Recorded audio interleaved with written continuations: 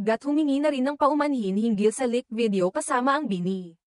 Ang isyong kinasasangkutan ng mga miyembro ng P-pop girl group na BANI at ng all-male group na GAT ay nagdulot ng malawakang usapin sa social media.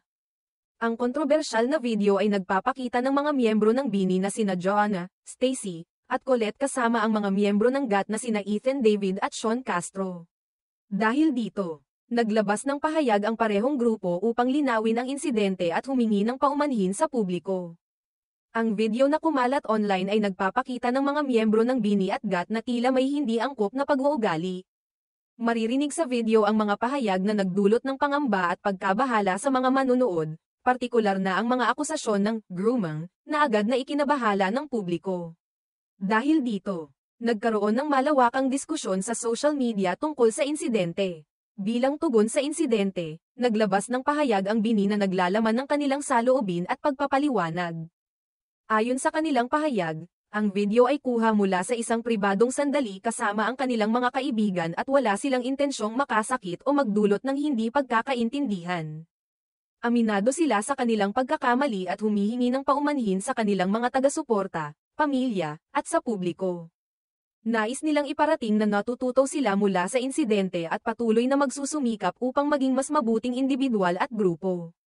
Hindi rin pinalampas ng mga miyembro ng GAT ang pagkakataong magbigay ng kanilang panig. Sa pamamagitan ng kanilang mga social media accounts, humingi ng paumanhin sina Ethan David at Sean Castro sa kanilang naging aksyon sa video. Aminado sila na mali ang kanilang mga sinabi at ginawa, at nilinaw nilang walang sinuman. Lalo na ang mga menor de edad, ang nasaktan sa anumang paraan. Ipinahayag nila ang kanilang malasakit at ang kanilang pangako na hindi na mauulit ang ganitong insidente. Ang insidente ay nagdulot ng magkakaibang reaksyon mula sa publiko. May mga nagpakita ng suporta at pag-unawa sa mga miyembro ng BANI at GAT. Habang ang iba naman ay nagpahayag ng kanilang saloobin at opinyon tungkol sa insidente.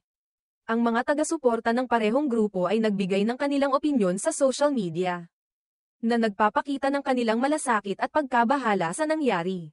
Bilang bahagi ng kanilang pananagutan, ang mga miyembro ng BINI at GAT ay nagsagawa ng mga hakbang upang matutunan mula sa insidente at maiwasan ang mga ganitong pangyayari sa hinaharap.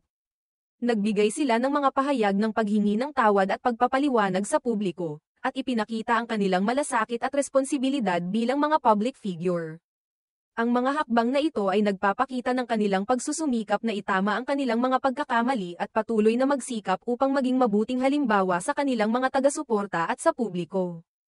Ang insidenteng ito ay nagsilbing paalala sa lahat ng mga public figure, lalo na sa mga kabataan, tungkol sa kahalagahan ng pagiging maingat sa kanilang mga aksyon at salita.